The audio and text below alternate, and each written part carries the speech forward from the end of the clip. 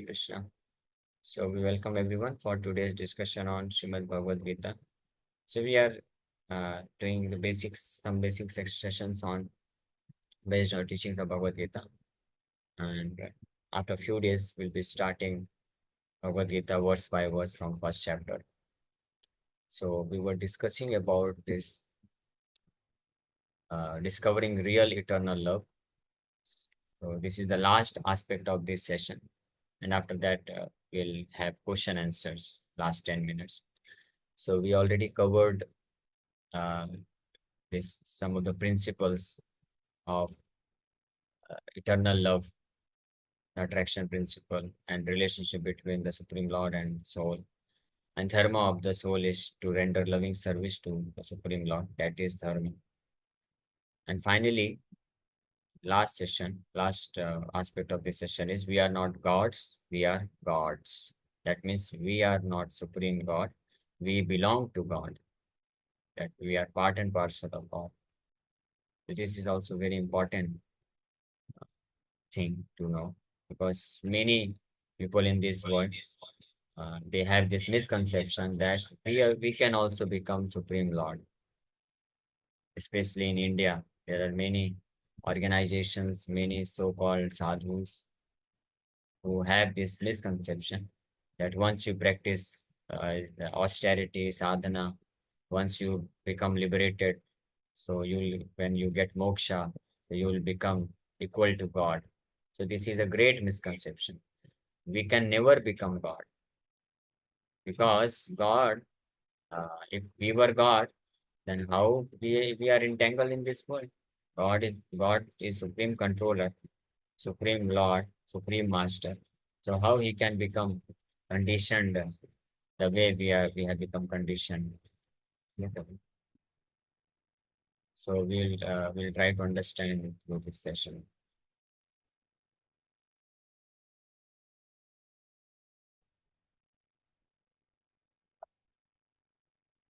So there is a nice poem. We'll read this and try to understand through this small poem our our position in relationship with the Supreme Lord. So I am a tiny Jiva, not the ultimate God, but a tiny part and parcel servant of the Lord. So we are tiny Jiva, and the Lord is ultimate God. That's why Supreme Lord is known as Vibhu, and we are known as Anu. We are Anu Atma. Anu means minute, tiny, tiny Jiva. And Lord is Vibhu Atma, the great Atma. That's why Lord is known as Paramatma, and we are just Atma. We are Atma, and Supreme Lord Krishna is Paramatma. Param is Supreme Atma. So although qualitatively there is no difference, Atma and Paramatma has the same quality. Atma is also Sachidananda Swarup, and the Paramatma is also Sachidananda Swarup. But still there is difference. Paramatma is Param, Supreme, and we are minute Atma. It's just like sun and sun rays. Sun is also fiery. Sun is also, sun produces light and heat. And that sun ray, small sun ray, is also having the same quality. It's also fiery in nature, but still there is difference. So qualitatively, quality is the same in between the sun and sun globe and sun ray, but quantity there is huge difference. Sun ray is very minute, insignificant, and sun globe is great. This is one difference. Another difference is sun rays are dependent upon sun. That means sun rays are subordinate to sun globe. The existence of sun rays is because of sun globe. Similarly, so although qualitatively we are one with the Supreme, that means we also have the same quality as the Supreme Lord Sachidananda, but we are minute and he is complete, infinite. We are infinitesimal, he is infinite. We are tiny, he is ultimate, and we are subordinate to him. He maintains us and we are maintained. He controls us and we are controlled. He dominates us and we are dominated. He is master, we are servant. That is the difference. So simultaneously, this difference is also there between the Jivatma and the Supreme Lord Paramatma. And there is quality also. There's oneness is also there. That is why Dvayat and Advayat, Bhed and Abhed, both the things are simultaneously existing. That's why Sri Chaitanya Mahaprabhu propagated this philosophy, Achinta Bheda Abheda Tattva, between Jivatma and Paramatma, the Supreme Lord. So this difference should always be remembered, should always be known. Otherwise, we'll end up into some kind of wrong philosophy by which we'll commit offenses to the Supreme Lord. So in Svetasvatar Upanishad, these things have been clearly mentioned. Nityo nityanam chetanascetananam eko vo bahunam vidadhati kaman. Nityo nityanam. Uh, there is one eternal being, one supreme eternal being, and there are unlimited in number. There are minute eternal beings. Nityo Nityanam. There is one Nitya, supreme is Nitya, and Nityanam means there are plural in number. There are many living entities. They are also Nitya. But what is the difference? And second thing, Chetanas Chetananam. That one, there is one conscious being, and there are many conscious beings. So this difference in this verse, difference has been created. That there is one eternal being and there are many eternal beings. There is one conscious being and there are many conscious beings. Nityo Nityanam, Chetana Chetananam. So what is the difference?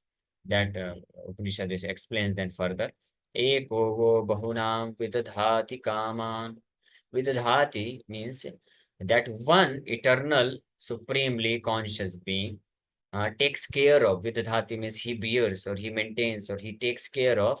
Kama means desires or needs of all the unlimitedly eternal beings, conscious beings. Eko, that one eternal being. So that means this Upanishad explains very clearly that there are many eternal beings, eternal and conscious beings are there, unlimitedly in number, but there is one eternal, fully conscious, supreme conscious being who maintains the needs and desires of all other living entities. That is the difference. Living Lord's company, forced to be born in pain, in the world filled with agony again and again. So this is difference. So although living entities, we souls, minute souls, individual spiritual sparks, we are subordinate to the Lord, but leaving His company, when we have left His company, we are forced to be born in pain in this material world, as we have already discussed in our Science of Soul session, that birth after birth, we take birth again and again and accept different kinds of material bodies just to experience miseries and pain in this material world. That's all. And what is the reason? We have already discussed. Why am I suffering in this material world? What is the cause? Because of disobeying the Lord's, because of disobeying the Supreme Lord and leaving His custody. We are suffering in this material world. That is the reason. Just like there is a big fire. The big fire can be compared to the Supreme Lord, and then there are spiritual that sparks are there. A fire contains many sparks. So till the time the sparks are connected with the big fire, the spark retains its quality of being fire. Its fiery quality are uh, manifested till the time the spark is connected to the big fire. But as soon as the spark, a spark of the fire, it leaves the company of big fire and goes away immediately because of the influence of wind or water or anything else. The spark loses its fiery quality. It gets extinguished completely. Similarly, we are spiritual sparks of the supreme fire of Supreme Lord. So, the Supreme Lord Krishna can be compared to a big fire, a spiritual fire, a lot of potential. And when as soon as we leave his company, we are insignificant spiritual spark. As soon as we leave his company, we get extinguished. Our spiritual nature gets extinguished. It cannot be destroyed at all. It can never be destroyed because spiritual things never get destroyed. But it is extinguished in the sense it is covered, and we get entrapped in this material bondage, bodily consciousness, and suffer birth after birth. So that is the reason. And we, in the world filled with agony, we come again and again to suffer. So this also makes the difference between the Supreme Lord and the living entity. So if somebody can accept Krishna is my Lord, the source of all existence, his form is imperishable, full of six opulences. So if somebody can accept Krishna is my Lord and Master, the source of all existence, he is the maintainer, creator, destroyer of all the existence, and his form is imperishable. His form is Sachidananda Vigraha, eternal bliss of full of knowledge, blissful form. So imperishable. He has a spiritual body. So Krishna's there is no difference between Krishna's body and Krishna's soul. Like we have difference. I have this material body, and within this material body, I am living as a spiritual spark, soul. And the measurement of the soul is also mentioned in one of the Upanishads, Shvetasvatara Upanishad. Keshagra Shatabhagasya Shatadha Kalpitasya Cha. Kesha Agra. Take the tip of the hair. Tip of the hair, very, very insignificant point. And then Shatadha Kalpita. 100 and 100 part, 10,000 part. One 10,000 part of the tip of the hair, that is the size of the spiritual spark soul. That very, very minute spiritual spark is present within this material body and running this material body. That is the potential of this small fragmental spiritual spark. So you can just imagine how much powerful Krishna must be, who is complete whole, complete unit of a spiritual form. His entire body is made up of a spiritual form. There is no difference between his body and soul. So that's why his form is imperishable. It does not get destroyed. And it is full of six opulences. We have already discussed about this, Krishna's six opulences. So he pays a visit to this world out of his own sweet will to please and protect his devotees and to punish the evil. So Supreme Lord Krishna, who is master or creator of entire existence, material as well as spiritual worlds. So occasionally he comes to this material world, but not forced by laws of material nature, but he comes out of his own sweet will. Like when we take birth, so we are forced to take birth. None of us can say that I have chosen my mother and father, I have chosen my date of birth and time, and I have come to this material, is this world by my own sweet will. Nobody can say this. We don't know.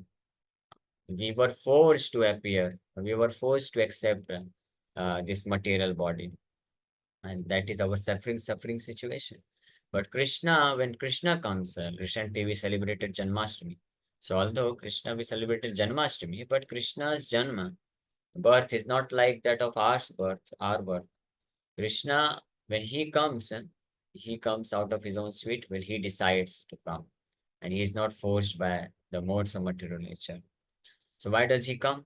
He come to please and protect his devotees, paritranaya sadhuna, and to punish the evil, vinashayam chatushkritam, vinasaya chatushkritam. So that is the reason of Krishna's appearance. From time to time he comes. Sometimes he personally comes as Krishna in the form of Krishna, and sometimes he takes incarnation like Rama, Narsimha, Varaha, Kurma, Matsya, ityadi. So many different incarnations he takes just for this two purpose, to please and protect his devotees and to punish the evil, vinashaya dushkritam. So in this way, there is difference. So this is another difference between the Supreme Lord and Jivatma. So we are forced to take birth, but Krishna doesn't. He is not forced to take birth. He comes by his own sweet will, and his purpose is to please and protect his devotees. He does not come to this world to enjoy something here. We are forced to take birth in this material world. Why? Because we have certain material desires and we have karma. So according to our, in order to fulfill our desires, we are given the opportunity to take birth in certain condition of life. But Krishna, when he comes, he doesn't have any kind of material desire to fulfill in this material world, but he simply comes out of his own sweet will to protect his devotees and punish the miscreants and establish the dharma. That is the reason he comes. I am only Brahman, but Krishna is Parabrahman. My power is limited, his potencies are unlimited. So we are soul, as I already discussed, we are soul, spirit soul, but Krishna is supreme soul. That is the difference. The soul is known as Brahma, but Krishna is known as Param Brahma. Arjuna addresses Krishna as Param Brahma, Param Dhama, Pavitram, Paramam Bhavan, Purusham, Purusham, Sashvatam, Adidevam, Ajam Vibhum.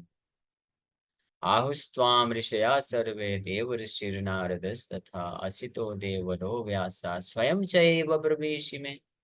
So Arjuna addresses Krishna as Param Brahma. Param means Supreme Brahma. So there are many Brahma, many spiritual spark souls, but Krishna is Param Atma, a Param soul, Supreme soul, Param Brahma.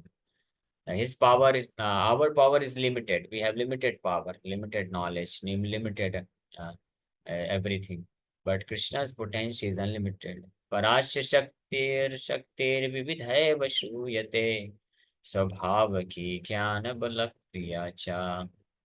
So, in one of the Upanishad, it is explained, Parasya means supreme, Lord's Shakti, Vividhaiva Shuyate. Vividhaiva means multifarious energy, power he has got.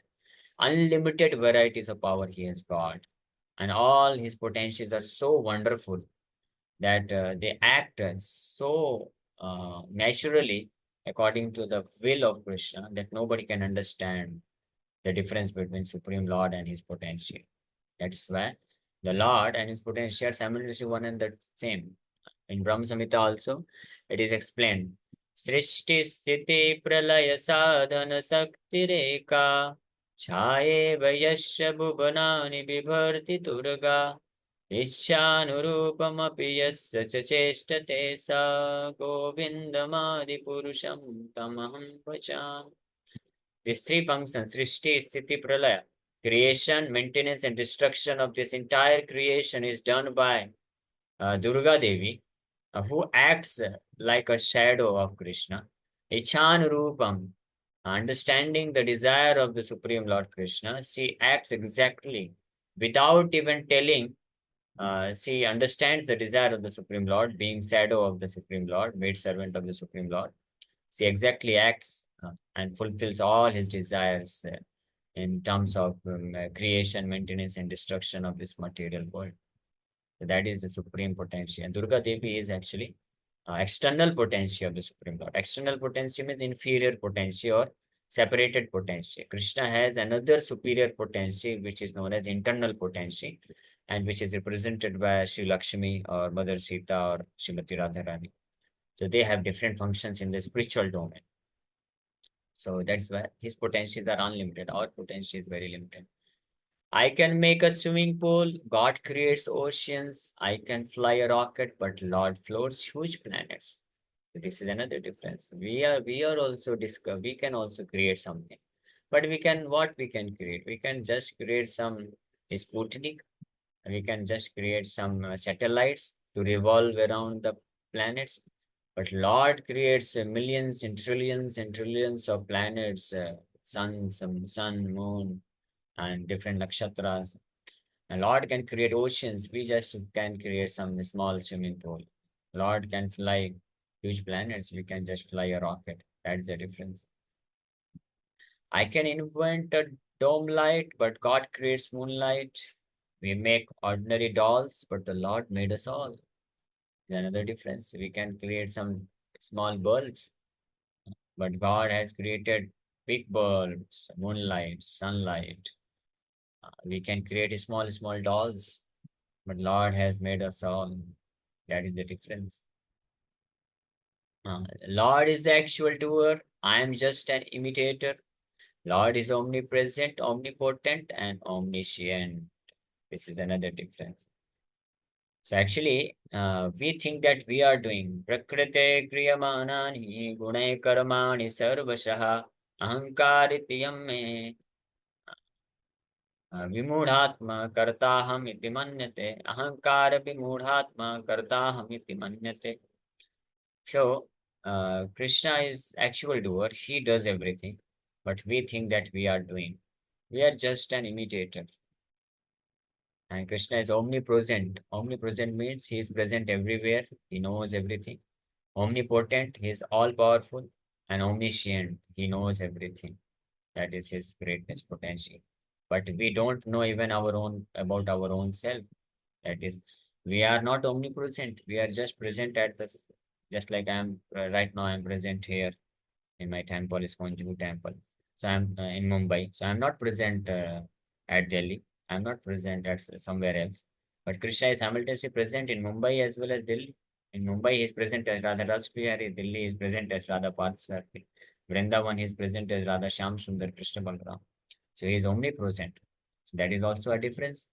He is omnipotent. He is all powerful. He can do whatever he wants, but we can't do whatever we want. And omniscient, he knows everything in and out of each and every living entity.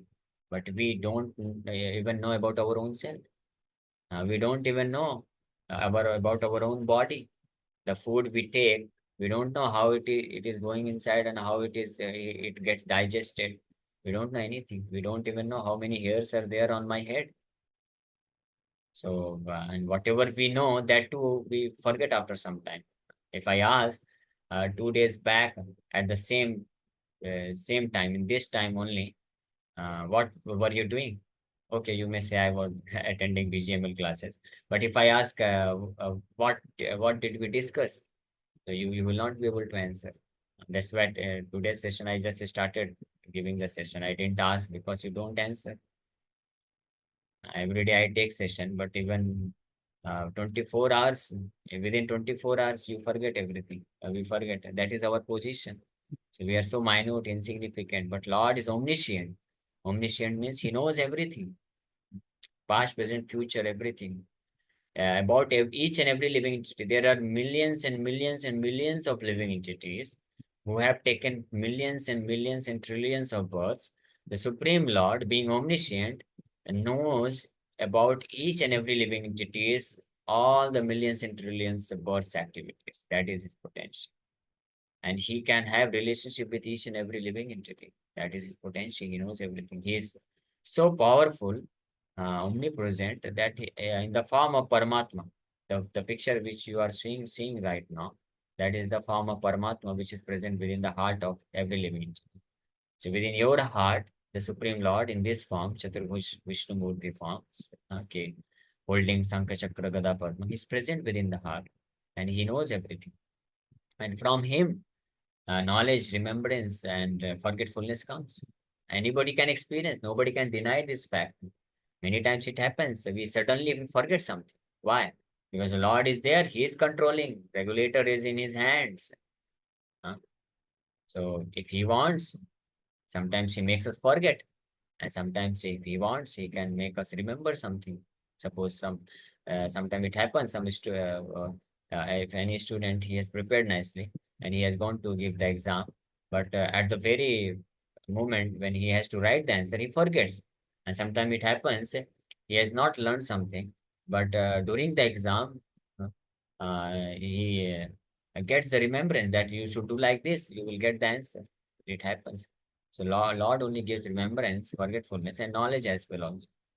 So that is his omnipotential, omniscience. Who deserves everyone's love and humble service? I am a tiny jiva cast in oceanic material world. The Lord is the only personality who deserves everyone's love and service by everyone. Whereas we are so tiny living in today, we are entrapped in this material world, oceanic material world suffering. Lord is the greatest of all. Let us accept this fact at heart. We are his tiny servants. Let's realize and serve him with joy. So this we should accept that the Supreme Lord, Krishna, he is greatest of all. There is no harm. It's not that if you accept Krishna as the Supreme and ourselves as being his servant, tiny living entity, our position will get diminished. And, oh, no, that is first of all, that is a fact. But if you can accept that he is the greatest of all and we are his servant, and then we serve him, then we can experience greatest joy. The Lord is not the master of, like the master of this material world, that who wants to command and wants to take service and wants to exploit us. No, not at all. Krishna is such a loving master, although he is the supreme master, greatest of all, but still anybody who comes to him and wants to love him, he is willing to become anything for him.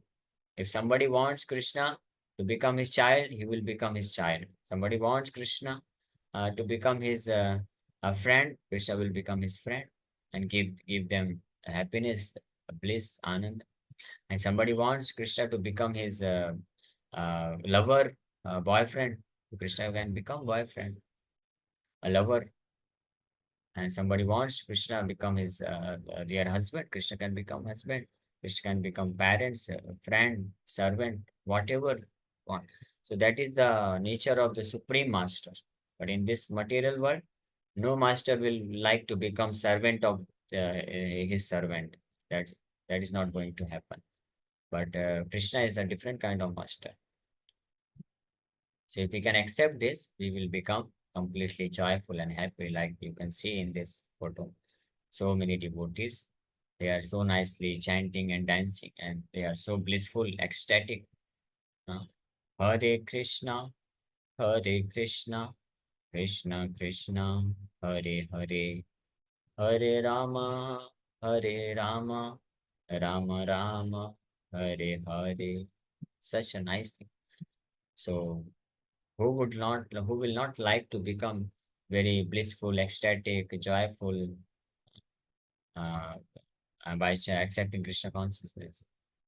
So it's a great opportunity. Why should we lose this wonderful opportunity? We have got this chance of becoming human being. So we should take advantage of this. So this is a summary of this session, entire session. First of all, we discuss about attraction principle. So everybody gets attracted in this material world to somebody who is having any of the six opulences, but originally these six opulences are present in full in Supreme Lord. So if we can just repose our attraction towards Him, we'll become completely happy. And we have our eternal relationship with the Supreme Lord. He is our boss and we are His das. And He is a person. He is not just impersonal Nirakar light. He is a person. He is a Vyakti. And we can render service unto Him. And that's where dharma of the soul is to eternally serve him. And finally, we discussed we are not gods. That means we are not the Supreme Lord, but we belong to the Supreme Lord, so we are gods. So thank you very much. Hare Krishna, Krishna Krishna, Hare Hare, Hare Ram, Ram